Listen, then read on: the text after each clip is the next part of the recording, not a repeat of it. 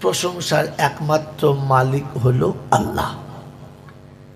এই জন্যে যে তিনি আমাদেরকে মানুষ করেছেন, তিনি আমাদের মানুষ করেছেন। 18,000 মখলুকের ভিতরে আমাদেরকে তিনি নির্বাচন করেছেন, এগুলো মানুষ হবে। তিনি যদি জন্তু জানোয়ার করতেন কিচ্ছু বলার থাকতো না, কিন্তু তিনি আমাদেরকে মানুষ করেছেন নিজ ইচ্ছাতে। ভাই কথা আবারও বলছি, কথা শুনে বোঝার চেষ্টা করবেন। তিনি আপনাকে আমাকে মানুষ করেছেন তার নিজের ইচ্ছাতে। তিনি মানুষ করার পরও ঠিক মনে হয় ভালোবাসায় সংকলন হন নাই, তাই তিনি চিন্তা করলেন একটু আলাদা করতে হবে। তো কীরকম করলেন, যে তিনি আমাদেরকে বেছে বেছে উম্মতে মুহাম্মাদি করলেন। এতেও ঠিক জান ভরল না, তো তিনি বললেন এদেরকে আমি আমার তরফ থেকে মুসলমান নাম দিয়ে দিলাম। এতেও বেশ জানটা ভরল না। তিনি আমাদেরকে জান্নাতের বাগানে ফেরেশতাদের সাথে বসার সুযোগ করলেন। কি সুযোগ করলেন? এই যা কিছু তিনি করেছেন নিজের ইচ্ছায়। আমাদের ইচ্ছার কোনো দাম থাকে নাই। মেরে মোহতরম দোস্তরা বুজুর্গ, তিনি সব কিছু নিজের ইচ্ছায় করে আপনাকে আমাকে বুঝাতে চাচ্ছে আমার ইচ্ছার দাম আছে, বাকি কারোর ইচ্ছার কোনো দাম যদি বলেন নেই। মেরে মোহতরম দোস্তরা বুজুর্গ, তিনি আরো একটা ইশারা করেছেন যে পৃথিবীতে যা কিছু করেছি আমার ইচ্ছায়, তোমার জীবন যদি চলে আমার ইচ্ছায়, তাহলে আখিরাতের জীবন চলবে তোমার ইচ্ছায়। আমার ইচ্ছার সব কিছু নিয়ে তুমি যদি চলো তোমার ইচ্ছায়, তাহলে আখিরাতে চলতে হবে আমার ইচ্ছায়। মনে থাকবে ইনশাআল্লাহ। তিনি এটা বোঝাচ্ছেন, আর তিনি এটাও বুঝিয়ে দিয়েছেন যে আমি তোমাকে শুধু মানুষ করি নাই, বরং মানুষ করে সম্মানের পাত্র করেছি। কি করেছি যদি বলে? সম্মানের পাত্র করেছি। তাই তিনি শুনিয়েছেন ওয়ালাকাদ কাররামনা বনি আদম ওয়া হামালনাহু ফিল বাররি ওয়াল বাহর ওয়া রাযাকনাহুম মিনাত তাইয়্যিবাত।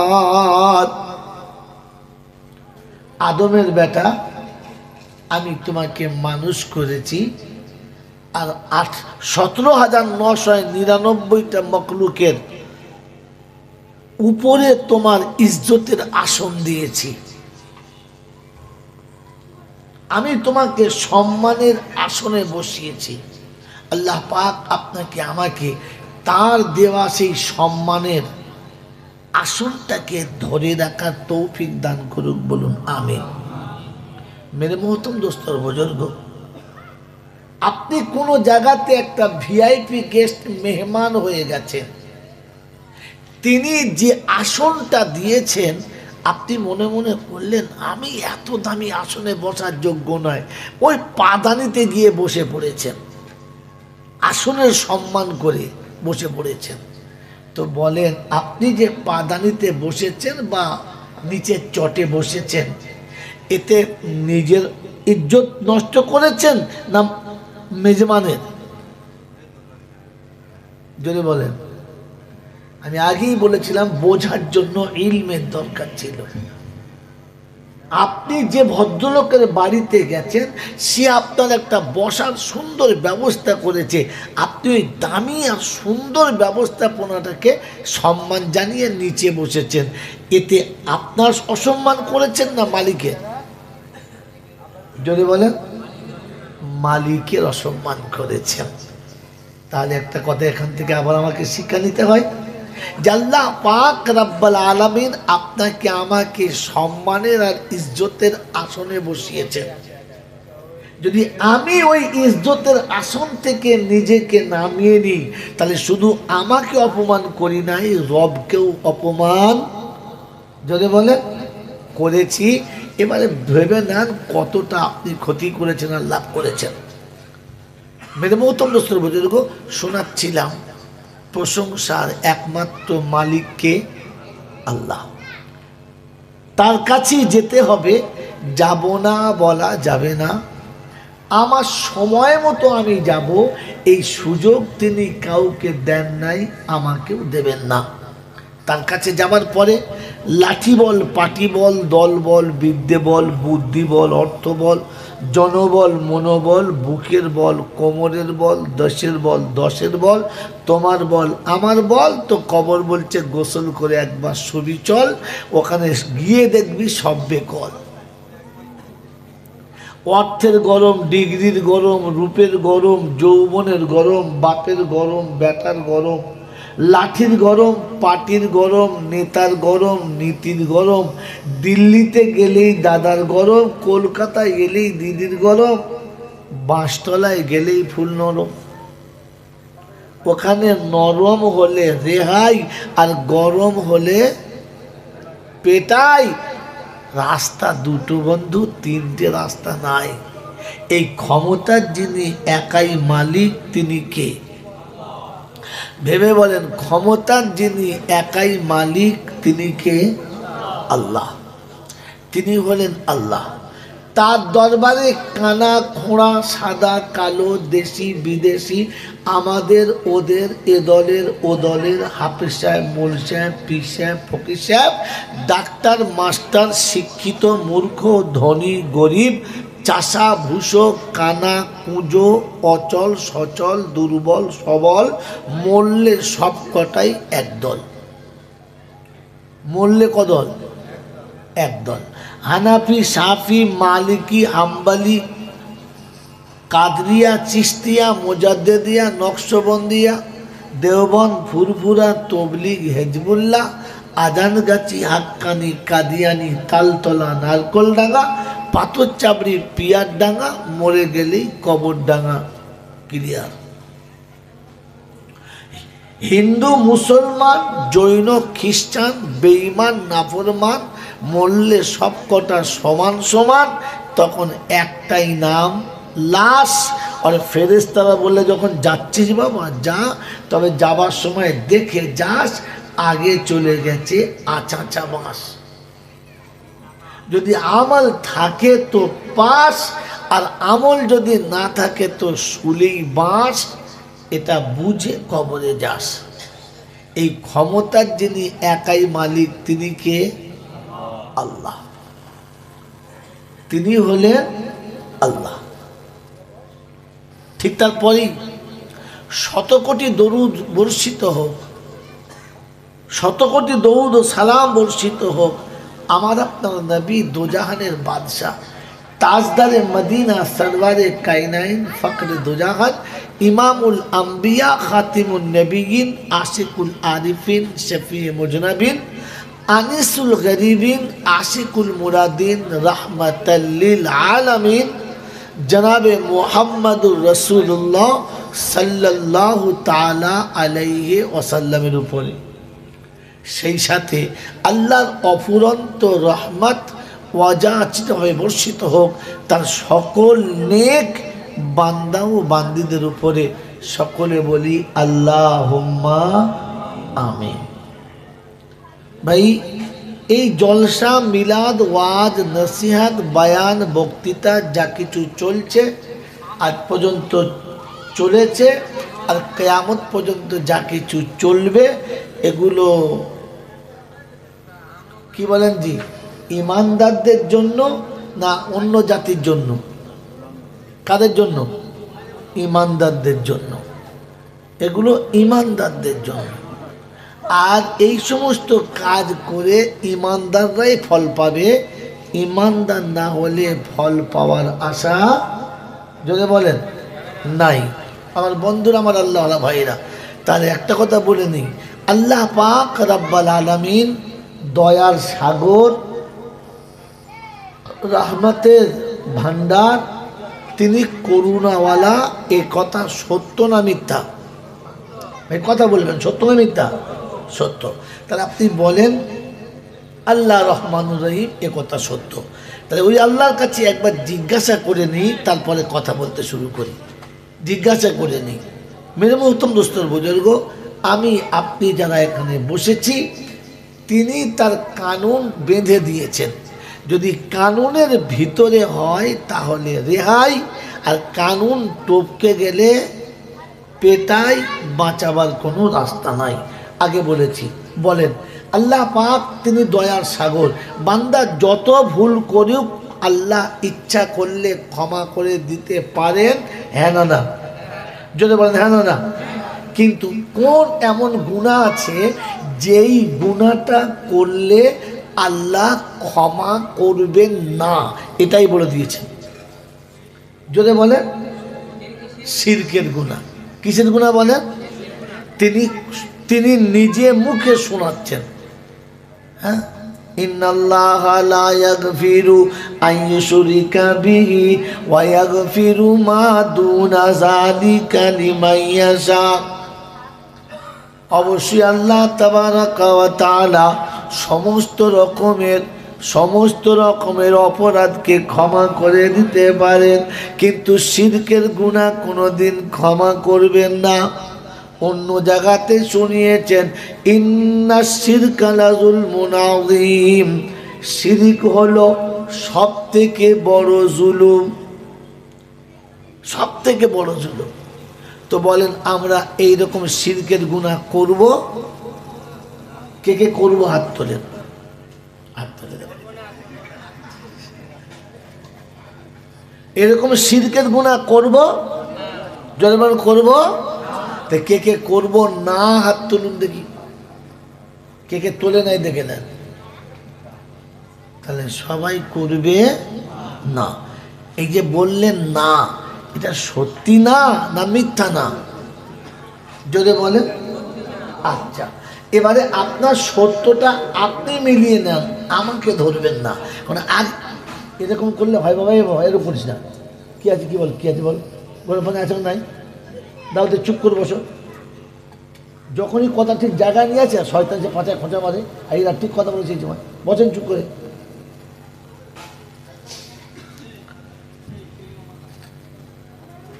কি শোনাচ্ছিলাম বলেন? যে আমি যে সত্য বললাম বা আমি যে না বা হ্যাঁ বললাম, এইটা আপনি নিজে বুঝে নেন আপনার নাটা সত্য না হ্যাঁটা সত্য। কি জি কথা বলেন নাই? এখন আমি যেটা বলবো ভুল হতে পারে, কোনো আলেম যেটা বলবে ভুল হতে পারে, পৃথিবীর যে কেউ বলুক না কেন ভুল হতে পারে, কিন্তু যে বলেছে সে তো নিজে বুঝতে পারে যে আমি এটা ঠিক বললাম না ভুল বললাম। কথা বুঝেছেন তো? মেরে মহতম দোস্ত বুজুর্গ, আপনাদের কথা আপনারা বুঝে নিন, তারপরে জলসা যা হবে দেখা যাবে। মেরে মহতম দোস্ত বুজুর্গ, তাহলে আমি আপনি জানি শিরকের গুনাহ ক্ষমা হবে, আর আল্লাহ শিরককারীকে ক্ষমা করবেন না। তো তাহলে বলেন পৃথিবীতে আজ পর্যন্ত যা কিছু হয়েছে ভালো মন্দ, সবগুলো কার ইচ্ছায়? পৃথিবীতে আদম থেকে আজ পর্যন্ত যা কিছু ঘটেছে সব কিছু কার ইচ্ছায়? আল্লাহর ইচ্ছায়। আর আগামী কিয়ামত পর্যন্ত যা কিছু ঘটবে কার ইচ্ছায়? জোরে বলেন। এতে বিশ্বাস? এতে বিশ্বাস? তাহলে আল্লাহর ইচ্ছার বাইরে কিছু হয় নাই, কিছু হবে না, কিছু হতে পারে। জোরে বলেন পারে? পারে। একথা যারা বিশ্বাস করে না ওদেরকে মুসলমান বলা যেতে পারে? পারে। তো আল্লাহর ইচ্ছার বাইরে যদি কিচ্ছু হতে পারে না, তো তাহলে বউকে নিয়ে আর ছাগল নিয়ে ঘুটিয়ারি শরীফে যাবে, আজমিরে যাবে, কোন মাজারে যাবে? আর যদি যায় তো তাকে মুসলমান বলা যাবে?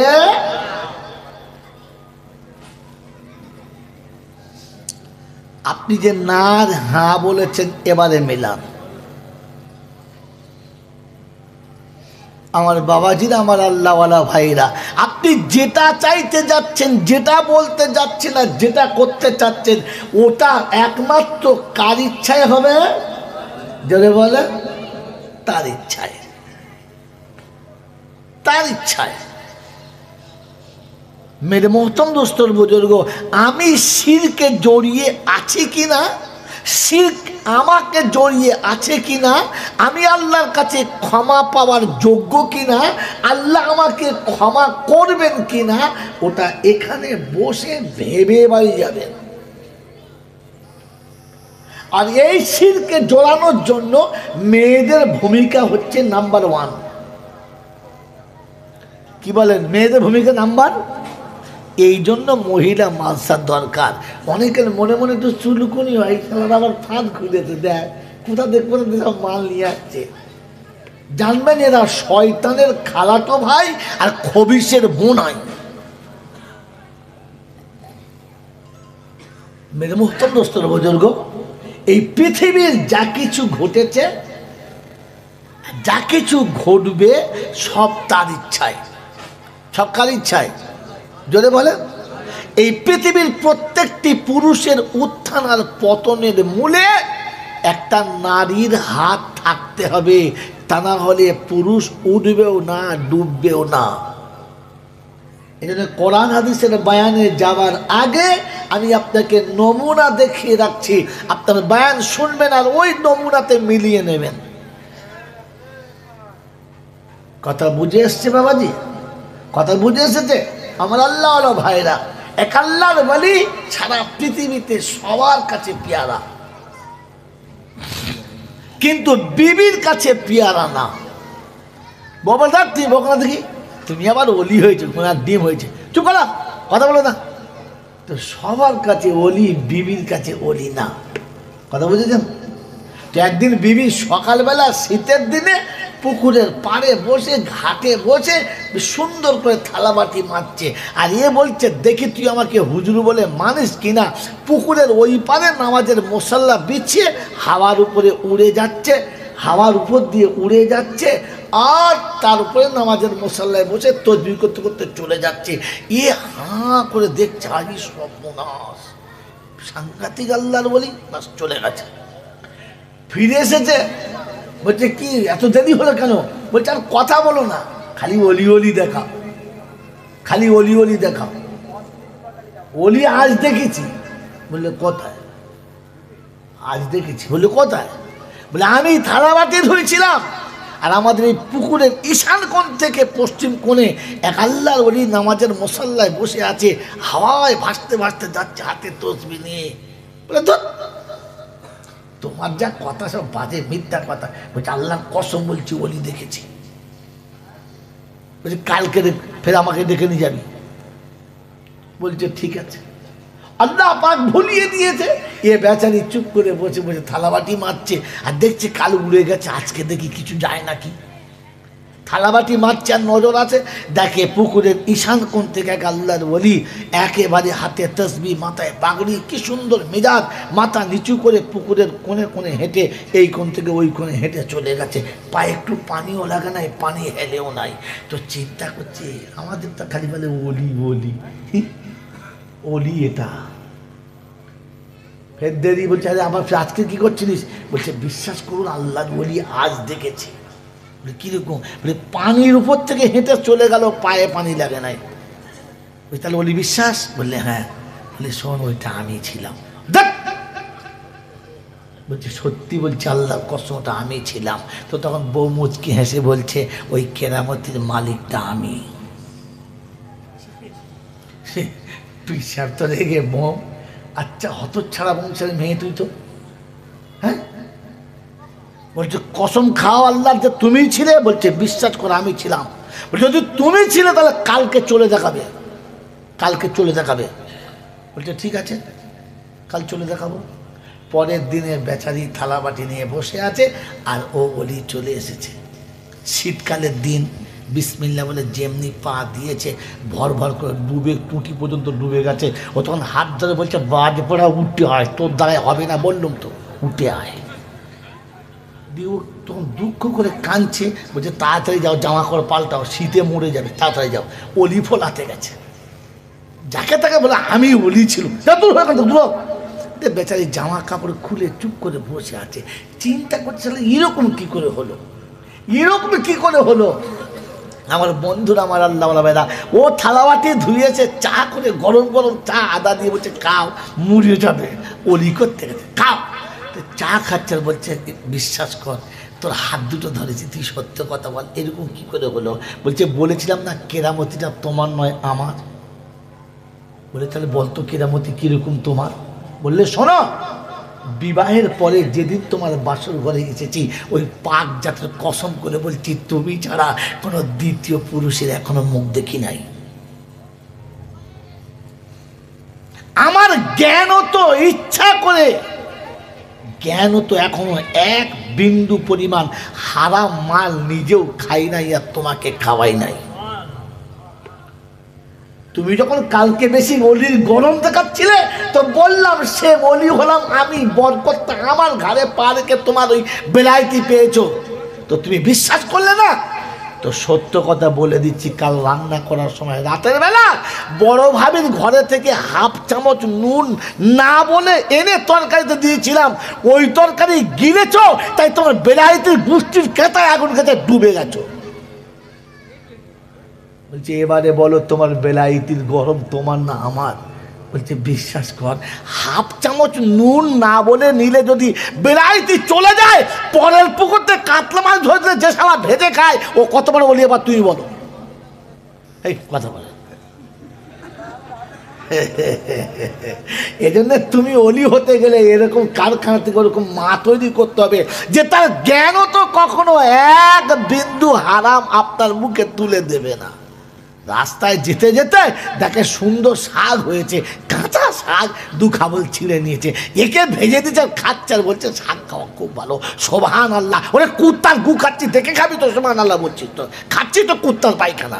লোকের বাগান থেকে তুলে এনেছে, বলে আনে নাই। কথা বোঝেন না, বোঝেন নাই? হ্যাঁ, ভাদ্র মাসে রান্না করবে ডাল, চিন্তা করছেন টকের দরকার ছিল, কোথায় দেখে চাষুসুরের ঘরে আমরা গাছ বারাম করে লাঠি ছুঁড়ে দিয়েছে, তিনটে আমরা পড়েছে, খেতে দিয়েছে। উফ, আমরা ডাল কি মজা, ওরে খেয়ে দেখ কুত্তার পেট ছাপ খাচ্ছিস, কারণ আমরাটা তো চুরি করে এনে দিয়েছি। কথা বোঝেন না, বোঝেন নাই? যদি আপনাকে কথা বলে মাঝখানে কি ঝামেলায় পড়লো, সল্লাল্লাহ দলের মাল তার কি হবে বাবা? হ্যাঁ বাবাজি, আমার আল্লাহ বাবা, তো বেলাইতির জন্য আর আল্লাহর নৈকট্য লাভের জন্য একটা নারীর হাতের দরকার। কথা বুঝে এসছে বাবাজি? এই জন্য মা চাই। মা কি চাই যদি বলেন? মা। হযরতে ফরিদউদ্দিন শাকারগঞ্জ রহমাতুল্লাহ আলাইহ, হযরতে ফরিদউদ্দিন শাকারগঞ্জ রহমাতুল্লাহ আলাইহ একজন বিখ্যাত আল্লাহর ওলি। দুজন এসে ফকির বলছে দে বাবা কিছু দে। বলছে কিচ্ছু নাই। দে বাবা কিছু, দে বাবা দে কিছু দে। বলছে না। একটা ফকির বলছে হারামির হার দেবে না, সব আছে। যে বলেছে তার পাশেটা মধ্যে সত্যি আছে, গিয়ে পা জড়িয়ে ধরেছে, দে বাবা কিছু দে। তো রাগের মাথায় এত বড় একটা মাটির ঢিল তুলে হচ্ছে ঝোলায় ভরেছে। চিন্তা করছে শালা দিলে তা মাটির ঢেলা দূরে যায়। কথা বোঝেন না? ঢেলা টালিয়ে বাড়ির বাউন্ডারি পারে ওপারে গিয়ে দেখে এরকম মোটা চিনি চ্যাঙর, এত বড় চিনির ঢেলা। ও তখন চিন্তা করছে যা ভুলে গেছে, আর দুটো দিচ্ছিল নিলে ভালো হতো। কথা বোঝেন না, বোঝেন নাই? হ্যাঁ বাবাজিরা, যে হাতে করে মাটি তুলে ঝোলাতে দিলে চিনি হয়, মিচড়ি হয়ে যায়, এর নাম ফরিদউদ্দিন শাকারগঞ্জ রহমতুল্লাহ আলাইহ। আল্লাহ পাকের কুদরতে তিনি বেলায়েতি পেলেন, আর আল্লাহ লিখে দিলেন ফরিদ তোকে মুখে কথা বলতে হবে না, যার মুখের দিকে মুহাব্বতের নজরে তাকাবে ও দাঁড়িয়ে কলমা পড়ে নেবে, আর বসার সুযোগ পাবে না। গোটা কি হলে দাদা, গোটা দিল্লিতে হুলুস তুলুস চলছে যে ফরিদ যার মুখ দেখবে সে কলমা পড়ে নেবে। তো দিল্লির কোর্টের ব্যারিস্টার বলছে, দেখ তোদের কথাবার্তা শোন, লোকের মুখ থেকে কলমা পড়ে। তো জুরিদাররা বলছে, জজের জুরিদাররা বলছে, স্যার এই ভুলটা করবেন না। বলে কেন?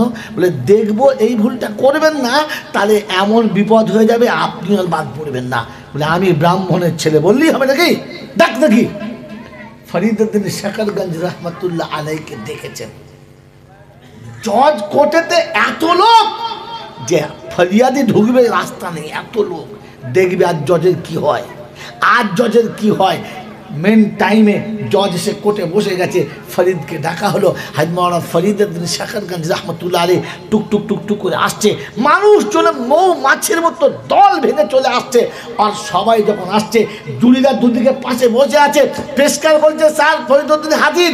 যেমনি মুখটি তুলেছে আর ফরিদউদ্দিন শাকরগঞ্জ রহমতুল্লাহ আলাইহি মুহাব্বতের নজরে যেমনি তাকিয়েছে, জজ কোর্টে দাঁড়িয়ে চেয়ার থেকে উঠে দাঁড়িয়ে বলছে, আশহাদু আল্লাহ ইলাহা ইল্লাল্লাহ ওয়া আন্না মুহাম্মাদার রাসূলুল্লাহ।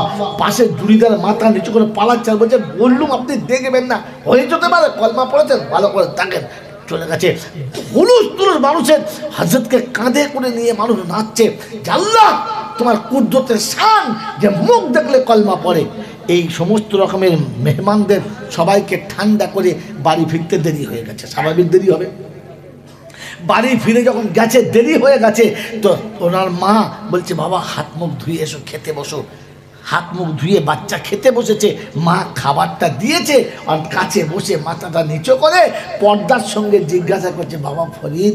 বলে কি? বলে তুই আমার একমাত্র ছেলে, তোকে না খাই আমি কোনোদিন খাই না, তুই না খেলে আমি খেতে পারি না, তুই তো জানিস। বললে হ্যাঁ। বলে আমি যে বৃদ্ধা মা, সেই সকাল থেকে খাই নাই তোর জন্য, তুই এত দেরি করিস বাবা, একটু আগে আসতে পারিস না? তো মাওলানা ফরিদউদ্দিন শাকরগঞ্জ রহমতুল্লাহ আলাইহি বলছেন, মা তুমি বাইরের খবর কিছু রাখো। এ হলো মা জবাব দিচ্ছে, বাবা আমি মেয়ে ছেলে, পর্দার ভেতরের খবরটা ভালো করে রাখতে পারি না, বাইরের খবর কি রাখবো বলো বাবা? বাইরের খবর রাখার কাজ তো আমার না। আমাদের মায়েদের খবর কি? সংসারে আগুন লাগছে খবর নেই, পাশের বাড়ির কি হচ্ছে সব খবর রাখে। হ্যাঁ না বলেন? বাবা এদের পার্টি অফিস হচ্ছে ঘাট। এদের পার্টি অফিস কোথায়? ঘাট। আর এদের গোপন কক্ষ কোথায়? কলতলা। বুঝলি বাবু? তোর ভাসুরের মানে হ্যান্ডেল মারিবার বুদ্ধি বার করবে, এমন বুদ্ধি ঝেড়ে ঝেড়ে বার করবে, মাথার চুল উঠে যাবে কিন্তু বুদ্ধি ফুরবে না। এরকম গোপন কক্ষ। ও মা জিজ্ঞাসা করছে, বাপ আমি তো পর্দায় থাকি, ভেতরের খবর জানি, বাইরের খবর তো আমি জানি না। বলছে শোন, আজ গোটা দিল্লিতে হুলুস তুলুস চলছে যে ফরিদ যার মুখের দিকে তাকাবে, তাকালেই কলমা পড়বে, কিচ্ছু বলতে হবে না, কালেমা শোনাতে হবে না, ওর মুখে অটোমেটিক কলমা বেরিয়ে পড়বে। আজ দিল্লি কোর্টে জজ কলমা পড়ে নিয়েছে, দিল্লি গোটা সরগরম হয়ে আছে। তো ফরিদউদ্দিনের মা বলছে, বেটা আসতে বল, তোর এই কেরামতির আসল মালিক আমি, তুই না। বলছে আচ্ছা পাগলি বটে মা তুই। বললে কেন? বলে সারা রাত তাহাজ্জুদ পড়ি, আলেম হয়েছি, আল্লাহর জিকির করি, হারাম হালাল বেছে খাই, আল্লাহর হুকুমের উপরে চলি, নবীর সুন্নত মেনে চলি, আল্লাহ বেলায়েতে দিয়েছে, তোর কেরামতি, তোর কেরামতি। বলছে হ্যাঁ। বলছে বল কি করে বল? বলছে বলবো। বললে হ্যাঁ। বললে শোন, বিয়ের পর দিন থেকে আজ পর্যন্ত, আজকের ফজর পর্যন্ত তাহাজ্জুদের নামাজ কাজা করি নাই। আমাদের তো সারা ফজর 6 মাস পড়ে নাই, বিয়ের পরে হ্যাঁ 3 মাস গা ধোয় নাই মনে হয়। গা কি ঝাড়ে কি মাল তৈরি হয়েছে বোঝো গাড়ি। বাবাজি মা বেটাকে শোনাচ্ছে যে বিবাহের পরের দিন থেকে আজ পর্যন্ত তাহাজ্জুদ কাজা হয় নাই। ওই আল্লাহ পাকের ইজ্জতের কসম করে বলছি, তুই পেটে আসার পরে এত কেঁদেছি, কান্নার শেষ নাই। আর যেদিন তুই কোলে এসেছিস সেদিন থেকে যতদিন দুধ খেয়েছিস প্রথমে 2 রাকাত নামাজ পড়ে তবে দুধ খাইয়েছি, বিনা নামাজের অবস্থাতে পাক হালাতে ওযু না করে নামাজ না পড়ে আমি মা তোকে এক ঢোক দুধ পান করাই নাই। যেদিন তোর মুখে কথা এসেছে প্রথম তোকে আল্লাহ শিখিয়েছি আর প্রথম তোকে আল্লাহ শব্দ বুঝিয়েছি। আমি আজ পর্যন্ত ফজরের নামাজের পূর্বে তাহাজ্জুদের সেজদাতে পড়ে নামাজের মুসাল্লাতে আঁচল বিছিয়ে দিয়ে ডুকরে কেঁদে খোদাকে বলেছি, অপরওয়ারদিগারে আলম মৌলে হাকিম, আমার ফরিদ বড় সোজা, তাই আমার ফরিদ যেন কিছু বলে না, আমার ফরিদের মুখ দেখে যেন মানুষ কলমা পড়ে নেয়, তোর কলেমার দাওয়াতের জন্য ফরিদকে কবল করে নে, কিছু বলতে যেন না হয়, মুখ খোলার আগে যেন লোক কলমা পড়ে নেয়। এই আজ পর্যন্ত ফজরে কেঁদেছি। হযরত ফরিদুদ্দীন শাকারগঞ্জ রাহমাতুল্লাহ আলাইহি খাবারের প্লেট থেকে উঠে প্লেটটা সরিয়ে দিয়ে মায়ের পাত্র জড়িয়ে ধরে ডুকরে কেঁদে বলেছিল, মা তুই দোয়া করিস যেন কিয়ামত পর্যন্ত হিন্দুস্তানের বুকে তোর মতো মা আছে, তাহলে আমার মতো ফরিদ আবার গজাবে, আবার জন্ম নেয়। এর জন্য মা চাই। এর জন্য কি চাই জোরে বলে? এই মায়ের এটা কারখানা, যেখান থেকে ফরিদের মায়ের মতো মা তৈরি হবে, যার শিশু থেকে যৌবন পর্যন্ত কোনো এইরকম কুত্তার নজর পড়বে না, আর পাশে বসে জিভ বার করে লাল ফেলবে না, মালটা আচ্ছা গেল বটে গো, বলবে কি করে? ও তো সেই 9 বছর বয়সে বরকা পড়েছে, আর 17 বছর 18 বছর বয়সে বরকার ভিতর থেকে স্বামীর ঘরে গেছে, আর বৃদ্ধ পর্যন্ত বরকায় ঢাকা আছে, কুত্তার নজরই পড়ে নাই। কথা বোঝেন নাই? এই একটাই কারখানা, আদার্স আর কোনো কারখানা নেই। বাকি যেখানে যাবেন ময়দার দোকানের মিষ্টির মতো আপনি দেখতে পাবেন রসগোল্লার সাইজ কেমন, পান্তুয়ার সাইজ কেমন, ল্যাংচা শুয়ে আছে কেমন, সব দেখতে পাবেন। এখন তো নারীর ইজ্জত 4 দোকানের মিষ্টির মতো হয়ে গেছে। হ্যাঁ না বলেন? এমন জামা পরে বাজারে নামবে বোঝা যাবে যে টাটা সুমো যাচ্ছে না হ্যালোজিন কি বলে আপনার স্করপিও যাচ্ছে, হেডলাইটটা কেমন আর ব্যাকলাইটটা কেমন সব বোঝা যায়। আমার বন্ধুরা, আমার আল্লাহওয়ালা ভাইরা, এই আবর্জনার জঙ্গলের মাঝখান থেকে আবার আপনাকে মা বানানোর জন্য এরকম একটা কারখানা দরকার ছিল। মেরে মোহতরম দোস্তর বুজুর্গ, আপনাকে শুনিয়ে দিচ্ছি, হযরতে মুসা আলা নবীনা আলাইহিস সালাম, বাসন্তীর লোকেরা আজ পর্যন্ত জানতো, জৈনুল আবেদিন কেরামতি জানে না, শুধু তর্জমাই করতে জানে, ওসব মজেদা ফজেদা বোঝে না। ওরে বোকা, আমি ঢুঁড়ির বাজারে বলেছিলাম তোদের জামাত আলী সাহেবের সামনে যে অতটা মজেদা মোটামুটি জানা আছে যে পেচ্ছাপ করলে তোদের পাহাড় টেকে না ভেসে যায়। আজ পর্যন্ত আমার সামনে কথা বলে বন্ধু, যে মজেদাগুলো শোনাচ্ছি আমি যদি মনে করতাম আপনাদের ঠকাবো তো একটা গল্পতে 1 ঘন্টা করে খেতাম, খালি কোকিয়ে বাবারা। ওই সময় ফরিদউদ্দিন শকরগঞ্জ রহমতুল্লাহ আলাইহি, ও বাবারা, তখন বুঝতে হয় ভেড়ার জাত। তাই কথাটা গুছিয়ে বললি হয়, ফেকবার কি দরকার আছে? কথা বোঝেন নাই? আমার গল্প বুঝতে পারেন নাই? আমি যদি মনে করতাম শুধু পাম দিয়ে টানবো তো একটা গল্পে 1 ঘন্টা করে খেতাম, আর আপনি মনে করতো সেই এইটুকু। চিংড়ির চপ দেখেছেন? দেখেন নাই? ও আল্লাহ, ভিআইপি হোটেলের চিংড়ির চপ এরকম সাইজের। আমি কত দিয়ে বলি 50 টাকা একটা দিয়ে খেয়ে দেখি, যায় জলচার টাকা তো দে, ফুটিয়ে দে। ও বা গোটা চপ চিবিয়ে দেখি শুধু বেসন আর পেঁয়াজ, চিংড়ির গন্ধ নাই। গোটা চিংড়ি চিবিয়ে দেখি এতটুকু ভুসি, আরে ভাই চিংড়ি কই? বলে ওই যা আছে খান। বাবা দিদা সোনারা, গোটা রাতে জলচা চিবিয়ে দেখি মাল এইটুকু, আর কিছু নাই।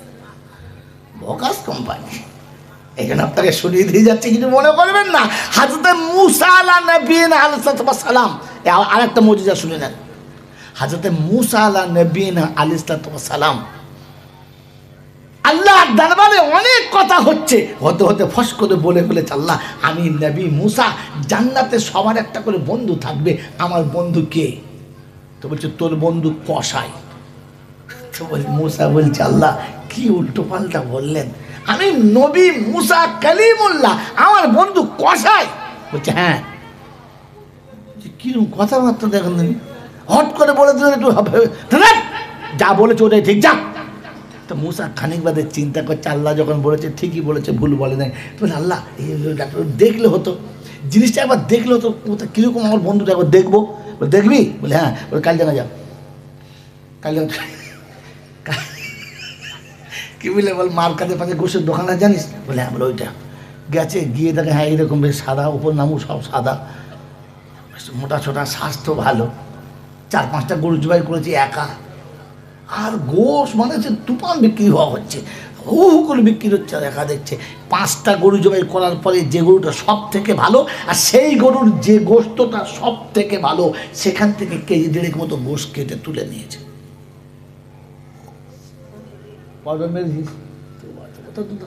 ঠান্ডা করে বাবাজির আমার শোনাচ্ছেন, গোশটা কেটে রেখেছে। নবী মুসা পাশে বসে বসে, ঠিক হয়ে যাবে, নবী মুসা পাশে বসে বসে দেখছে। তারপরে গোশ সব বিক্রি হলো। আসরের সময় সব 5টা গরু একাই বিক্রি করে দিয়েছে। বেচার পরে সেই গোশটা টেনে বার করে কেটে রেখেছে, বার করছে। বার করে এত সুন্দর কিমা করেছে, কাঁচাই খেতে মন যাচ্ছে। দারুণ বানিয়েছে কিমাটা, বানিয়ে প্লাস্টিকের চিকে বেঁধে ভালো করে প্যাকেট করে ঝোলায় ভরেছে। বাকি টাকা যা ছিল সব বার করে ক্যাশ করে হিসাব করে তারা মেরে চাবি মেরে মাল করে ঝোলায় ভরে এবারে চলে যাবে। নবী মুসা আস্তে করে কাছে গিয়ে বলছেন, আসসালামু আলাইকুম। ওয়ালাইকুম সালাম, কী খবর? বলছে ভাই আমি বিদেশি মানুষ, হাঁটতে হাঁটতে এই পর্যন্ত এসেছি, আচ্ছা এখন সন্দেহ হয়ে গেছে আর যেতে পারবো না, তো আপনার ঘরে আজ রাত্রে একটু মেহমান হতাম, আপনার একজন মেহমান নেওয়া যাবে? বললে হ্যাঁ নেওয়া যাবে, আলহামদুলিল্লাহ, কোনো অসুবিধা নেই, চলুন। আচ্ছা ঠিক আছে। বাস দরজা বন্ধ করে যাওয়ার সময় বলছে, বন্ধু একটা কথা আছে। বলে কি? বলে আমার একটা শর্ত আছে। বলে কি? বলে আমি বাড়ি ঢোকার আগে এক জায়গায় একটু দাঁড়াবো, আপনাকে খানিকক্ষণ দাঁড়াতে হবে। বলে আচ্ছা ঠিক আছে। দু বন্ধু চলেছে, যেতে যেতে কালীডাঙ্গা বাজার ছেড়েছে, তেঁতুলতলা ছেড়েছে, একবার কলতলা চলে গেছে। কলতলা থেকে চুনোখালি রাস্তা ধরেছে, ফাঁকা মাঠ। চিন্তা করছে সারা রাস্তা দিকে জয় টয় করবে নাকি, যাই হোক যাই দেখি। যাচ্ছে, গিয়ে যখন নির্দেশখালীর মোড়ের কাছে উঠছে, তখন দেখে বাইরে একটা ছোট্ট পাড়া ঘর, একটুখানি 2টো চাল, এক ছোট্ট মতো ঘর। ওখানে গিয়ে বলছে ভাই এখানে বসুন।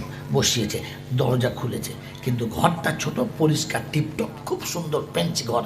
ভিতরে ঢুকেছে, ঢুকে 2 থালা বাটি বার করেছে, সেগুলোকে ধুয়ে পাশে রেখে কিমার গোশটা বার করে মশলা মাখিয়ে গ্যাস জেলে কিমা পাকাচ্ছে। কি সেন দারুণ!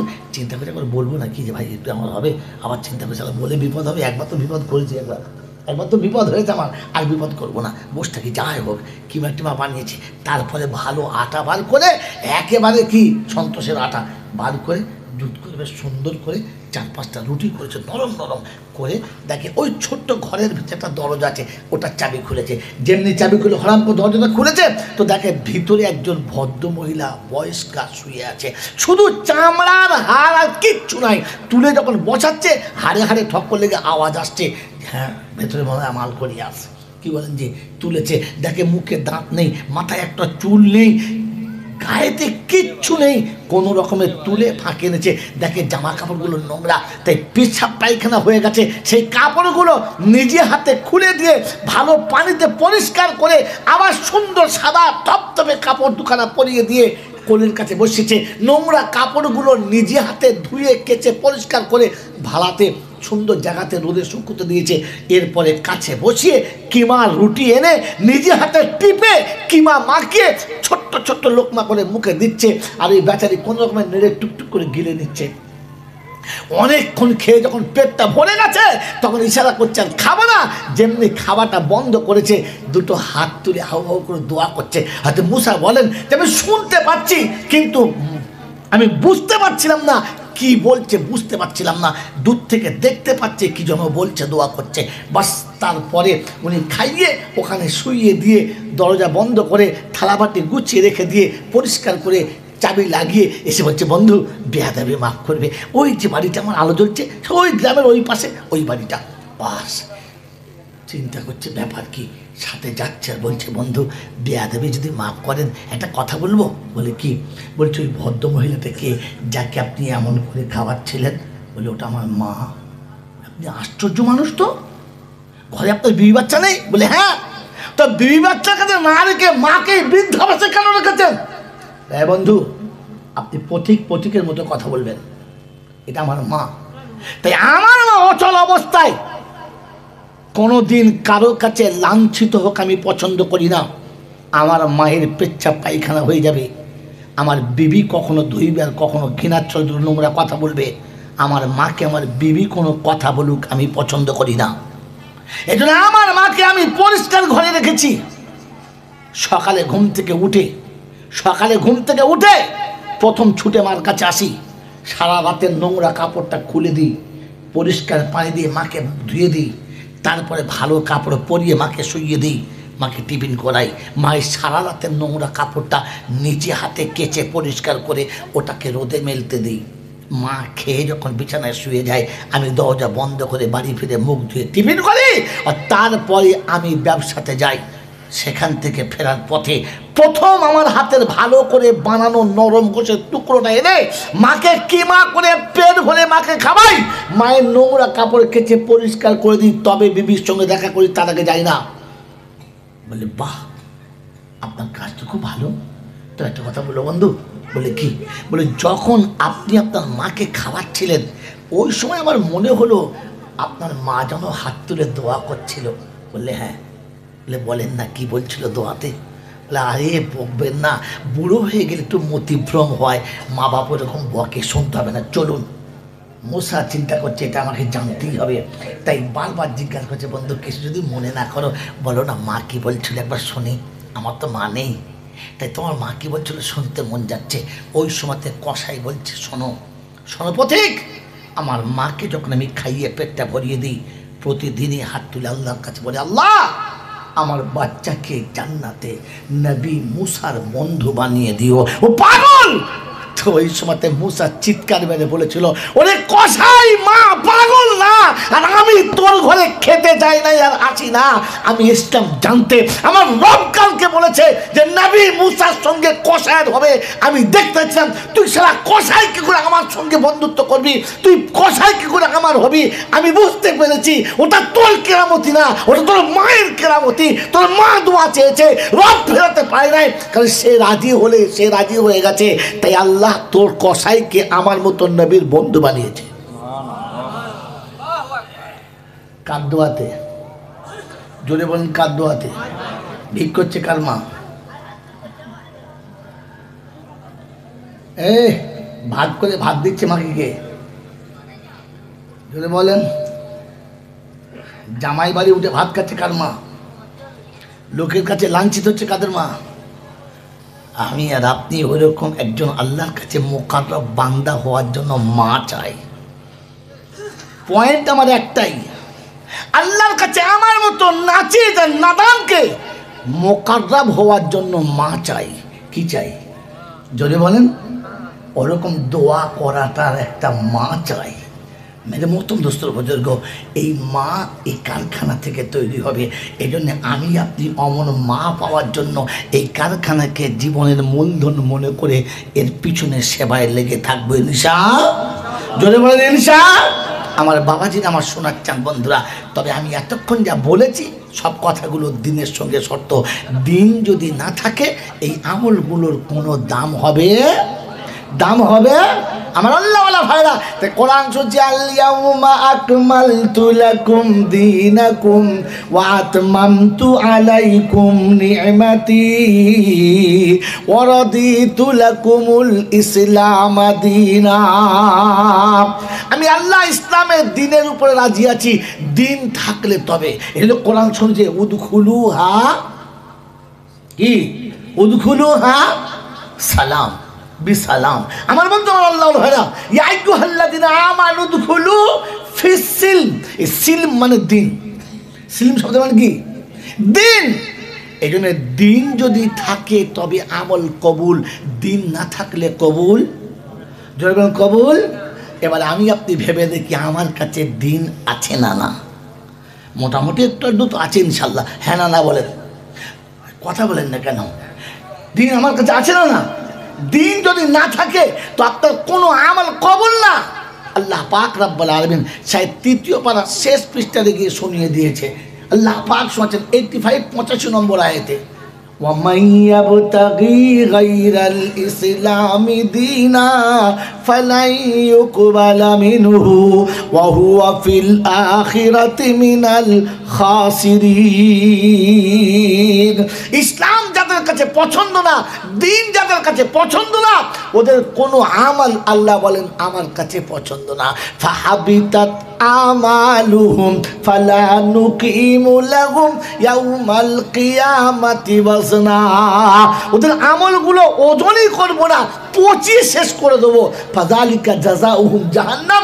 এই আমলের জন্য তাদের ঠিকানা জাহান্নাম। এই জন্য মেরে মোহতরম দোস্ত বুজুর্গ, আজকে জলসায় বসেছি, বয়ান যা শুনেছি আর ভাবি আর বুঝে দেখি আমার জীবনের দিন আছে কিনা। কি বলেন জি? দিনের কথা জানতে চান না সুর চান, কোনটা? তাড়াতাড়ি বলেন। দিন জানতে চান না সুরে ভাসতে চান? জোরে বলেন।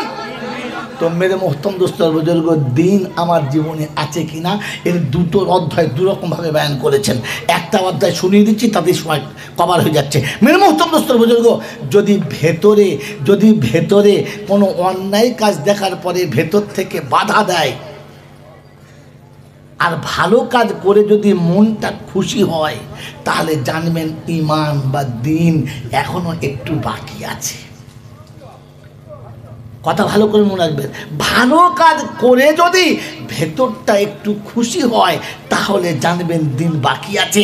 অন্যায় সামনে এলে আমার ভেতরে যদি আমাকে বাধা দেয়, তো তাহলে বুঝতে হবে আমার ভেতরে দিন এখনো, জোরে বলেন, বাকি আছে। আর যদি খারাপ কাজ করে মনটা খুশিতে ভরে যায়, আর ভালো কাজ করে যদি মনটা বেশ খুশি না হয়, তাহলে বুঝতে হবে দিন নামক বস্তুটা আমার জীবন থেকে, জোরে বলেন, চলে গেছে। কি চান? দিন চান না চান না? চান দিন চান? তো মেরে মোহতরম দোস্ত বুজুর্গ, আমি আপনি ভেবে দেখি ভালো কাজ করলে আমার ভেতরটা খুশি হয়? ভেবে বলবেন, হঠাৎ করে বলবেন না। খারাপ কাজ করে আমার ভেতরে কষ্ট হয়? জোরে বলেন, কষ্ট হয়। তো একটা বেনামাজির সঙ্গে মেয়ের বিয়ে দিয়ে কি করে এরকম শালা ছাত্ররা খুশি হয়? জেনে বুঝে সুদ ঘরের সাথে ছেলে বিয়ে দিয়ে, মেয়ে বিয়ে দিয়ে কি করে খুশি হয়? বলছে হয়। ও মনে করছিল মনে হয় বললে মৌলবি খুশি হবে। বলেন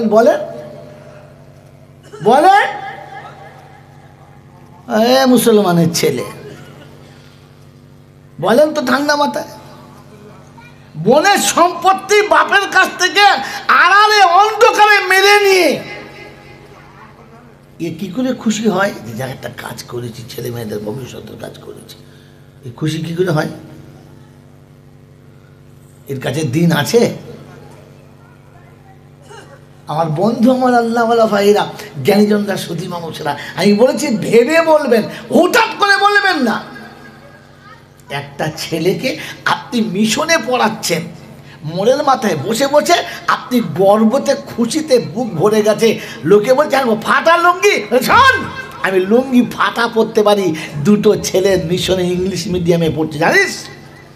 আমার দুটো ছেলে, আমি অশিক্ষিত হতে পারি, আমি এক কোনো লেখাপড়া জানি না, পয়সা করি বেশি নেই, কিন্তু দুটো ছেলেকে মিশনে পড়াচ্ছি। বলেন বাপ খুশি না নারাজ? জোরে বলেন। কোথায় পড়াচ্ছি?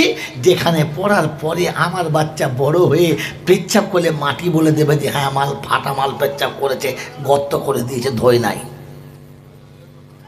আপনার ছেলে আপনার কোলে মানুষ হয়ে গোটা জীবন পেচ্ছাপ করে শরীর ধুইল না, আপনি খুশি হলেন কি করে? আপনার ছেলে সকালে উঠেই আল্লাহ নবীর গলাতে ছুরি চালিয়ে গোটা মুখটা চেঁচে একেবারে নূতন বৌমায়ের মতো চকচকে করে ফেলেছে, আপনি খুশি হলেন কি করে?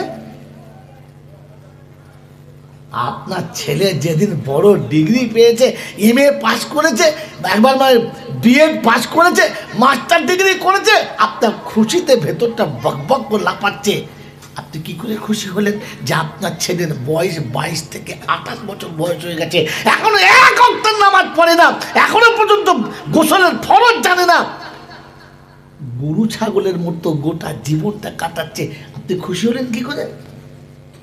আপনার তো লজ্জা করা দরকার ছিল যে আমি এমন হতভাগা বাপ যে আমার বাচ্চাটাকে তার রবের সঙ্গে পরিচয় করতে পারলাম না।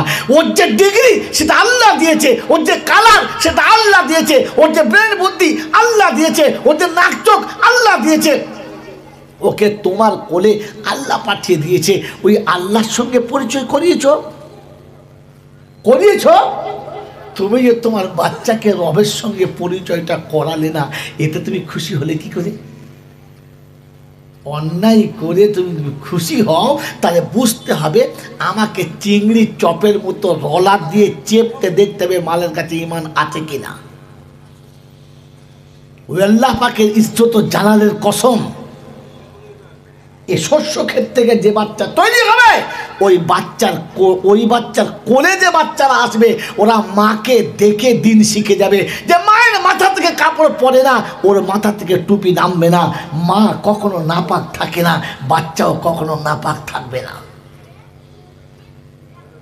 আমার আল্লাহওয়ালা ভাইরা, জ্ঞানীজনরা, সুধী মানুষরা, আমার সোনামণি মায়েরা বোনেরা, সেজন্য আমি আর আপনি এরকম একটা বীজতলাকে চারিদিক থেকে ছাগল লাগবে, গরু লাগবে, মোষ লাগবে, ভেড়া লাগবে, মাঝে মাঝে শিয়ালও লাগবে, এই যত জন্তু জানোয়ার এই বীজতলার উপরে হামলা করবে, আমরা আমাদের ভালোবাসার কাঁটা তার দিয়ে ওই দুশ্মনগুলোকে জব্দ করার চেষ্টা করবো ইনশাআল্লাহ। জোরে বলেন ইনশাআল্লাহ। আমার বন্ধুরা, আমার আল্লাহওয়ালা ভাইরা, আমার জ্ঞানীজনরা, বুদ্ধিজীবীরা, এই জন্য কোরআন আপনাদের কাছে রয়েছে। ওর আল্লাহ পাক রব্বুল আলামিন বারহা আপনাকে আমাকে শোনাচ্ছে, ও পৃথিবীর মানুষ, যদি সত্যিকারের দিন ও ঈমান নিয়ে আমার কাছে আসতে চাও, আমি আল্লাহ আমার রাসূলকে বলেছি, বলে দাও কোন আলিমান আও মুতাআল্লিমা, আলিম কিংবা তালিবে ইলম হয়ে এসো। তোমরা আলিম কিংবা তালিবে ইলম হও, আও মুস্তামিয়ান আও মুহিব্বাল্লাহুমা, আর তাদের কথাগুলো শোনো এবং ওদের সঙ্গে একটা ভালোবাসা রাখো। ফালা তাকুন খামেসা, পঞ্চম দলে যাবে না, আর ওখানে গেলেই কপালে কষ্ট আছে, আর বাঁচানো সম্ভব হবে? জোরে বলেন, আর বাঁচানো সম্ভব হবে না। আমার বন্ধুরা, আমার আল্লাহওয়ালা ভাইরা, আমার জ্ঞানীজনরা, সুধী মানুষেরা, আমার সোনামণি মায়েরা বোনেরা, এই আল্লাহ পাকের কাছে দোয়া করি আমাদের এলাকার প্রত্যেকটি ছেলে আলেমের দিন হবে, প্রত্যেকটি মেয়ে আলেমা হবে, যাদের কাছে পর্দা থাকবে।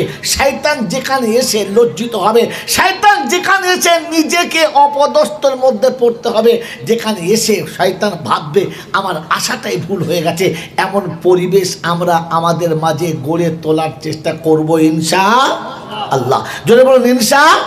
বলেন, ভালো কাজ করলে মন খুশি হয়তো? হ্যাঁ না না বলেন, সত্য কথা বলেন, ভালো কাজ করলে মন খুশি হয়তো? বিয়ের দিনেতে যে পোশাকটা পরে আপনি বিয়ে করতে গিয়েছিলেন, পোশাকটা ভালো না খারাপ? কথা বল, জিজ্ঞাসা করেন কি ভাই, বিয়ের দিনে যে পোশাক পরে গিয়েছিলেন, এরকম প্যান্ট শার্ট পরে গিয়েছিলেন? কীরকম করে বলেন, কথা বলেন। একটা ভালো পাঞ্জাবি, একটা ভালো পায়জামা, একটা মাথায় টুপি, নাহলে পাগড়ি দিয়ে গেছেন তো? কি বলেন যে এই পোশাকটা ভালো পোশাক না খারাপ পোশাক? জোরে বলেন। ভালো পোশাক তো। বলেন, এটা পরে গিয়েছিলেন খুশিতে না দুঃখেতে? জোরে বলেন, সত্যি খুশিতে না চিটিংবাজিতে? আর কথা বলেন, সত্যি খুশিতে? হ্যাঁ না বলেন। যদি এটা সত্যি খুশিতে পরে গিয়েছিলেন, তো 3 দিন বাদে যখন আপনি ফের জোরে বেড়াতে গেলেন, আপনার পাঞ্জাবি কই? আপনার মাথা সেই পাগড়ি আর টুপিটা কই? আপনার সেই পায়জামাটা কই? বিয়ের দিনে আপনি চিটিংবাজি করে ওটা পরেছেন, আর পরে মালটা ঝেড়ে নিয়ে পালিয়েছেন। তারপরে আপনি যে ঝাড়ের বাঁশ সেই ঝাড় হয়ে দেখিয়েছেন, এ দেখুন আমার আসল চ্যাসিস এইটা। হ্যাঁ না বলেন। এর পরে যদি আপনি পাঞ্জাবি পায়জামা পরে যান, আপনার বেশ মনটা খুশিতে ভরে যাবে, বুকটা খুশিতে ভরে যাবে, না লজ্জা লাগবে? যদি বলেন তো ভালো কাজ করে আপনি লজ্জিত, তার মানে দিন আপনার কাছে নেই বন্ধু, দিন হারিয়ে দিয়েছেন। পাঞ্জাবি আর পাজামা পরে শ্বশুর বাড়ি যেতে পারছেন না, তার মানে আপনি দিন থেকে সরে গেছেন, মুনাফিকের খাতায় মনে হয় চলে গেছেন, দিন আপনার কাছ থেকে বিদায় নিয়ে চলে গেছে। বিয়ের দিনে তো মুনাফিকের মতো একটা পোশাক পরেছে, নিজের জাত থেকে লুকিয়ে দিয়েছেন। আপনি বিড়িখোর, তারিখোর, মদখোর, গাঁজাখোর, বিয়ের দিনে কেউ বুঝতে পারে নাই, কারণ পোশাকের আড়ালে চালিয়ে দিয়েছেন।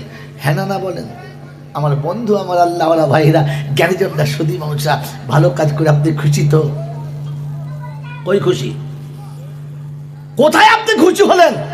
খুশি হলে তো ওই পোশাকটা কবরের দিন যাওয়া পর্যন্ত থাকতো, আর বলতি ইয়া রাসূলুল্লাহ, ইয়া হাবিবাল্লাহ, একটা কাজ করে এসেছি, কিচ্ছু পাই নাই, তোমার নবীর সুন্নত এনেছি। তো আল্লাহ নবী সাল্লাল্লাহু আলাইহি ওয়াসাল্লাম আল্লাহ পাক বলেন, হাবিব তোর উম্মতকে সুন্নত নিয়ে আসবি, নিয়ে আসতে বলবি, আমি আল্লাহ ওদেরকে শহীদদের সঙ্গে জান্নাত দেব। বলুন সুবহানাল্লাহ। আর শহীদদের সঙ্গে যাদের জান্নাত যাওয়ার পারমিশন হবে, বলেন ওরা হিসাব দিয়ে যাবে না বিনা হিসাবে যাবে? বিনা হিসাবে যাবে। তাই কোরআন আপনাকে জানিয়ে দিয়েছে, ওয়া মাইয়ুতিল্লাহ ওয়া রাসূলাহু ফাউলাইকা মাআল্লাযীনা আন'আমাল্লাহু আলাইহিম মিনান নাবিয়্যিনা ওয়াস-সিদ্দীকিনা ওয়াশ-শুহাদাই ওয়াস-সালিহিন ওয়া হাসুনা উলাইকা রাফীকা। আমি আল্লাহ পাক শুনিয়েছি তাদের আমি উত্তম বন্ধু। আমি চারটে দলের কথা বলেছি যারা বিনা হিসাবে জান্নাতে যাবে। 1 নম্বর নবীদের দল, 2 নম্বর শহীদের দল, সিদ্দিকের দল, 3 নম্বর শহীদের দল। আর আব্বাল আলামিন আমার উম্মত নবীতে হবে না, সিদ্দিকে হবে না, আমার উম্মত কি শহীদের দলে যাবে না? আল্লাহ পাক বলে হাবিবুদের শুনিয়ে দিয়ে, মান আহাব্বা সুন্নতি ফাকাদ আহাব্বানি ওয়া মান আহাব্বানি কানা মাইয়া ফিল জান্নাহ। হাবিব বলে দে, ওদের কাছে বলে দে, আমার হাবিবের সুন্নতকে যারা ভালোবাসে তারা আমার হাবিবকেই ভালোবাসে, আর হাবিবকে যারা ভালোবাসে ওরা জান্নাতে যাবে আম্বিয়াদের সাথে। সুবহানাল্লাহ। আমার আল্লাহওয়ালা ভাইরা, জ্ঞানীজনরা, সুধী মানুষরা, আমার সোনামণি মায়েরা, বোনেরা, আল্লাহ পাক শুনছে হাবিব উম্মতকে বলে দে, তুই বলে, মান তামাসসাকা বিসুন্নতি ইনদা ফাসাদি উম্মতি ফালাহু আজরু মিয়াতি শহীদ। আমার হাবিবের একটা সুন্নত যারা ধরে কবর পর্যন্ত যেতে পারবে, আমি আল্লাহ তাদের আমলনামাতে 100 শহীদের সওয়াব দেবো। অন্ধকার কবরে যখন বান্দা গিয়ে পৌঁছাবে, জিজ্ঞাসা করবে আমলনামা দেখাও, আল্লাহ আমলনামাকে দেখাবে, 100 শহীদের সওয়াব আছে, 99টা কেটে নাও আর একটা শহীদের সওয়াব দাও, আমি শহীদদের সঙ্গে জান্নাতে চলে যাব। এ বাবাজি, একটা শহীদের সওয়াব পেলি তো কাফি। যা ভুল করেছে তার বিনিময়ে 99টা নিয়ে নাও। আমার বন্ধুরা, আমার আল্লাহওয়ালা ভাইরা, আমার জ্ঞানীজনরা, বুদ্ধিজীবীরা, আমার সোনামণি মায়েরা, বোনেরা, এই জন্য নবীদের সঙ্গে, সিদ্দিকদের সঙ্গে, শহীদদের সঙ্গে যদি জান্নাতে যেতে হয়, এই কারখানা হচ্ছে তার মূল খুঁটি। যার বাচ্চা উঠে বিসমিল্লাহ বলে ভাত খাবে, যার বাচ্চা খেয়ে উঠে আলহামদুলিল্লাহ বলবে, যার বাচ্চা বিছানায় বিসমিল্লাহ বলে যাবে, আর ঘুম থেকে উঠে আলহামদুলিল্লাহ বলবে। তোমার এই মাঝখানে যাওয়ার কি বুদ্ধি দিলে? হ্যাঁ, ভেতরে থাকতে পারবে না তো আন্দা বাচ্চা ঢুকে দিলে কেন? এতটা বেয়াদব লোক কথা। হ্যাঁ বাবাজি, আমার আল্লাহওয়ালা ভাইরা, জ্ঞানীজনরা, বুদ্ধিজীবীরা, এই জন্য আপনাকে ঠান্ডা মাথায় সরিয়ে রাখছি, এ সুযোগ এসেছে, হাতছাড়া করবেন না। এ সুযোগ এসেছে, হাতছাড়া করবেন না। আর একবার হাতছাড়া হয়ে গেলে এ পৃথিবীতে আর কোনো জিনিস নিতে পারবেন না। তবে শুনে রাখেন, এ ধর্ম বড় প্রেমের ধর্ম, প্রেমবিহীন কোনো আমলের দাম পাওয়া যাবে না। এ ধর্ম বড় প্রেমের ধর্ম, প্রেমবিহীন আমলের কোনো দাম পাওয়া, যদি বলেন, যাবে না। আমার বন্ধুরা, আমার আল্লাহওয়ালা ভাইরা, আমার জ্ঞানীজনরা, সুধী মানুষরা, প্রেমিক যখন প্রেমে ডুবে যায় তখন পৃথিবীর সব কিছু হারাতে চায়, প্রেম হারাতে, যদি বলেন, প্রেম হারাতে চায় না। তাই বিশ্বনবী জনাবে মুহাম্মদ রাসূলুল্লাহ সাল্লাল্লাহু তাআলা আলাইহি ওয়াসাল্লাম, বিশ্বনবী জনাবে মুহাম্মদ রাসূলুল্লাহ সাল্লাল্লাহু তাআলা আলাইহি ওয়াসাল্লাম যেদিন মক্কা থেকে চলে গেছেন মদিনা, মক্কা ফাঁকা, মক্কায় রাসূল নাই। সকালে ঘুম থেকে উঠে সাহাবী শুনেছে রাসূল নাই, গোসল করেছে, সেজেছে, জামা কাপড় পরেছে, তৈরি হচ্ছে। তো বিবি জিজ্ঞাসা করছে স্বামী কোথায় যাবে? বলে পরে বলছে চুপচাপ থাকো, আমাকে গুছিয়ে নিতে দাও। সফরের সামান গুছিয়ে নিয়েছে, সেজে বার হয়ে যাবে, বিবির কাছ থেকে বিদায় নিতে গেছে। তো বলছে স্বামী একবার বলে যাও না কোথায় যাচ্ছ? বললে বিবি যেখানে প্রেমিক থাকে না ওখানে প্রেমিকা থাকতে পারে না, তাই যেখানে নবী থাকে না ওখানে তার উম্মত থাকতে পারে না।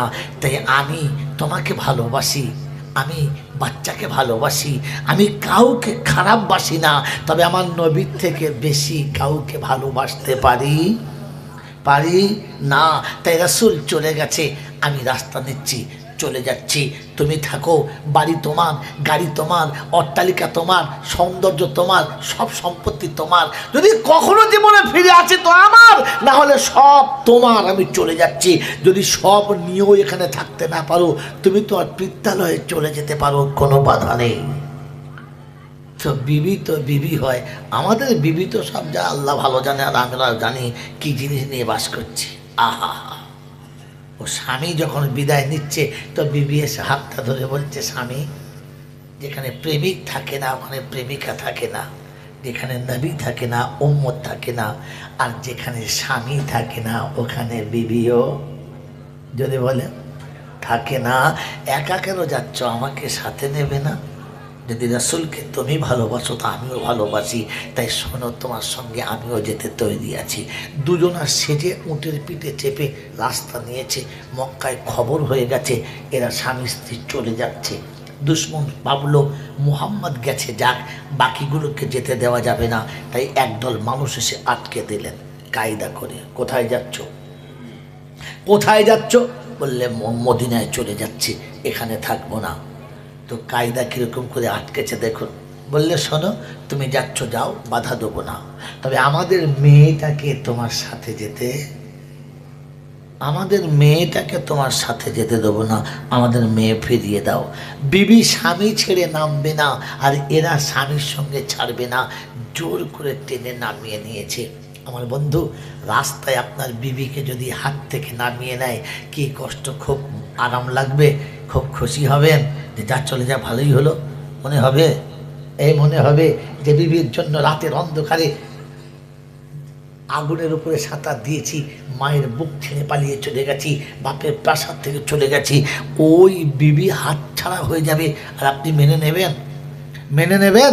নেবেন না। আমার বন্ধুরা, আমার আল্লাহওয়ালা ভাইয়েরা, সাহাবী চুপ করে দাঁড়িয়ে গেছে, চোখের দিকে তাকিয়ে রয়েছে। বিবি কাঞ্চা বলছে স্বামী, বলছে কিচ্ছু করতে পারলাম না আমি, তবে কথা দিচ্ছি আল্লাহ ব্যবস্থা করবে, ঘাবড়ায়ও না। ছেড়ে দিয়ে চলেছে, একটু আগিয়ে একটু দূরে গেছে, দেখে মাসুম বাচ্চার চিৎকার, মা দাঁড়িয়ে, বাপ দাঁড়িয়ে গেছে। কি ব্যাপার? যখন বিবিকে নিয়ে চলে যাচ্ছে তখন বাপের বাড়ির লোকের এসে বলছে দাঁড়াও, কোথায় যাচ্ছ? নিয়ে বলে আমাদের মেয়ে আমরা ফিরিয়ে নিয়ে চলে যাচ্ছি। বলে খুব ভালো কথা, তোমাদের মেয়ে নিয়ে যাও, বাধা দেবো না, কিন্তু আমাদের বাচ্চাটা তো দিয়ে যাও। দুধের বাচ্চা, 6 মাসের দুধের শিশু। বলেন ও মা ছাড়া থাকতে পারে? মা বলছে না আমি বাচ্চা দেবো না। বলে তা বললে তো হবে না। একদিকে বাচ্চার হাত শ্বশুর বাড়ির লোকেরা ধরেছে, একদিকে বাচ্চাকে মা টিপে ধরেছে। মা ছাড়বে না, এই দুশমন ছাড়বে না। যখন জোর টেনেছে, পাঁজরের হাতটা কড়কড় করে আওয়াজ হয়েছে। মা ভেবেছে বাচ্চার বুক থেকে হাতটা ছেড়ে চলে যাবে, তাই বাচ্চা ছেড়ে দিতে বাধ্য হয়ে গেছে। বাচ্চার চিৎকার মেরে উঠেছে, বুকের জ্বলনে, হাড় ভাঙার জ্বলনে। আমার আল্লাহওয়ালা ভাইরা, মা কাঁচার খেয়ে জমিনে পড়ে পা জড়িয়ে ধরে বলেছে তোমাদের পায়ে পড়ি, আমার বাচ্চাটাকে আমাকে ফিরিয়ে দাও, আমার দুধের বাচ্চাটা তোমরা নিয়ে যেও না, ও আমার বুক থেকে নেমে গেলে ও মরে যাবে, আর ও মরে গেলে আমি এমনিতেই মরে যাব। আমার বাচ্চা আমাকে মা বলে ডাকবে, তোমরা আমার বাচ্চার মুখ থেকে মা ডাকটা কেড়ে নিও না। সেদিন দুশমনের বুকে এক বিন্দু রহম আসে নাই। মা আত্মনাদ করেছে, ওরা হাসতে হাসতে বাচ্চা কেড়ে নিয়েছে। ওইদিকে স্বামী দাঁড়িয়ে দাঁড়িয়ে দেখেছে বিবি ধুলোতে পড়ে কাটা কবুতরের মতো ছটফট করে, বাচ্চা অন্যের কোলেতে চিৎকার মেরে কাঁদে। আমার আল্লাহওয়ালা ভাইরা, জ্ঞানীজনটা সুধী মানুষেরা টুকটুক করে চলেছে, চোখের পানিতে বুকটা ভাসছে, আর মনে মনে করছে রব্বি আল্লাহ, তোর হাবিবের মোহাব্বতে ডুবে গেছি, তোর হাবিবের প্রেমে ডুবে গেছি। তাই বিবির কান্না আমাকে আটকাতে পারলো না, বাচ্চার আর্তনাদ আমাকে আটকাতে পারলো না, টুকটুক টুকটুক করে চলে গেছেন। আমার বন্ধুরা, আমার আল্লাহওয়ালা ভাইরা, ফাতে মক্কার দিন যেদিন মক্কা বিজয় হয়েছে, আল্লাহ নবীর সামনে দাঁড়িয়ে আছে, বিজয়ী পতাকা মুসলমানদের হাতে, চোখ দিয়ে পানি গড় গড় করে আসছে। আল্লাহ নবী জিজ্ঞাসা করছেন কি হলো, আজ খুশির দিনের চোখে পানি? বলে ইয়া রাসূলুল্লাহ, ইয়া হাবিবাল্লাহ, যেদিন মক্কা ছেড়ে আপনার কাছে যাচ্ছিলাম, আমার সেই দুশ্মন যে আমার বিবিকে আমার কোল থেকে কেড়ে নিয়েছে, সে আজও আমার সামনে চলে বেড়ায়। আমার দুধের বাচ্চা বেঁচে আছে না মরে গেছে জানি না, চিৎকার মেরে কেঁদেছে আর বিবির কোল থেকে টেনে ছাড়িয়ে আলাদা করে দিয়েছে। আমার সেই বাচ্চা হালানোর ব্যথা, আমার সেই বাচ্চার কান্নার আওয়াজ এখন আমার কানের কাছে ভাসে। ইয়া রাসূলুল্লাহ, খালি অনুমতি চাইছি, আজ বাচ্চার কান্নার আওয়াজটা একবার ওর কানে পৌঁছাতে চাচ্ছি। ও দুধের বাচ্চার ওর চোখের সামনে কাছে একবার আমাকে মারতে দিন, তাহলে বুঝবে বাচ্চা কাঁদলে বাপের কতটা লাগে। আল্লাহ নবী বলেন, লা তাসরিবা আলাইকুমুল ইয়াউম, তুমি তো তোমার কাজের সিদ্ধ লাভ করে ফেলেছো, আল্লাহ তোমাকে শান্তির বাগানে ফিরিয়ে দিয়েছে, তাই তুমি ওর উপরে হাত তুলে ওর মতো নির্মম আর পাষণ্ড হতে যেও না। আমার বন্ধু, আমার আল্লাহ বলে ভাই ইসলামী প্রেমের বদলে ডুবে গেছে, আর সেদিন সমস্ত অন্যায় ক্ষমা করে দিয়ে ভাই বলে টেনে কোলের কাছে ছেড়ে দিয়েছে।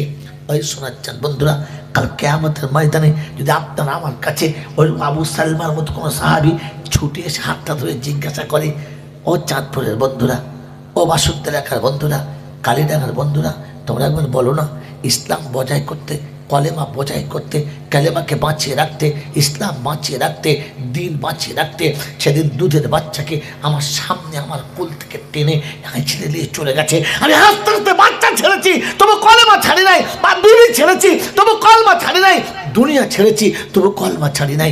সেই দিনের যখন দাওয়াতের খুঁটি পুঁতে তোমাদের কাছে হাতটা বাড়ানো হয়েছিল, বলো তোমরা কি করে ভুলে গেলে? আমার দুধের বাচ্চার কথা মনে পড়ে নাই? আমার দুধের বাচ্চার কথা একবার মনে পড়ে নাই যে দুধের বাচ্চার মুখে আমাকে একবার আব্বা বলে ডাকবে? আমার আব্বা ডাক শোনার ইচ্ছা ছিল না, আমার বাচ্চার মুখের আব্বা ডাক শোনা ভুলে গিয়ে তোমাদের জন্য শান্তির বাগান সাজিয়ে রেখেছিলাম। ওই বাগানের অতন্ত্র প্রহরীর মতো যারা দিনরাত কেটে চলেছে, যাদের সামনে পৃথিবীর কোনো মায়া ছিল না, নিজের বাচ্চা কোথায় পড়ে আছে জানে না, নিজের বিবি কোথায় আছে খবর রাখে না, মাসের পর মাস যারা রাসূলের মেহমানদের পিছনে পড়ে আছে, কাল সকালে বাচ্চারা কি খাবে তার জন্য লোকের দুয়ারে ভিক্ষা করেছে। নিজের বিবির জন্য কারো কাছে জীবনে ভিক্ষা করে নাই, নিজের বাচ্চার জন্য জীবনে কারো কাছে ভিক্ষা করে নাই। যারা মেহমান রাসূলের জন্য লোকের দুয়ারে দুয়ারে ভিক্ষা করে এনে রাসূলের কারখানাকে জিন্দা করেছিল, অমুসলমানের ছেড়ে তোমাদের কাছে যখন এসেছে, তোমরা ভালোবাসা রাখতে পারো নাই, তোমাদের বিবি হারাতে হতো না, তোমাদের বাচ্চা হারাতে হতো না, তোমাদের গ্রাম ছেড়ে এলাকা ছেড়ে পালাতে হতো না। ক্ষমতার ভেতরে হাতটা তুলে একটু সাড়া দিতে পারলে না? আমার বন্ধুরা, কাল কিয়ামতের ময়দানে ওই আবু সালমার মতো সাহাবীর সাথে, ওই আবু সালমার মতো সাহাবীর সাথে, ওই উম্মে সালমার মতো সাহাবীর সাথে আমিও আপনি কাল কিয়ামতের জান্নাতের বাগানে পাওয়ার জন্য নিজেদেরকে তৈরি করবো ইনশাআল্লাহ। জোরে বলেন, করবেন ইনশাআল্লাহ।